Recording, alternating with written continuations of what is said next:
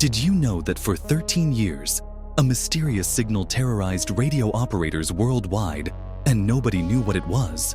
From 1976 to 1989, ham radio operators called it the Russian Woodpecker. This haunting sound disrupted emergency services, air traffic control, and radios across the globe.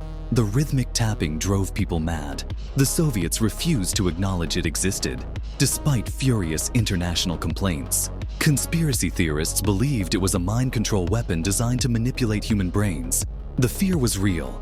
The truth was almost worse. Hidden near Chernobyl stood a 700-foot steel monster called Duga, a massive radar system designed to detect American nuclear missiles from 1,800 miles away. This Cold War paranoia machine could spot launches before they left US soil, but the radar's power was so immense it interfered with communications worldwide. Emergency calls were blocked. Pilots lost contact with towers. Lives were endangered daily. Then came April 1986. Chernobyl exploded. The radar operators fled, abandoning their posts forever.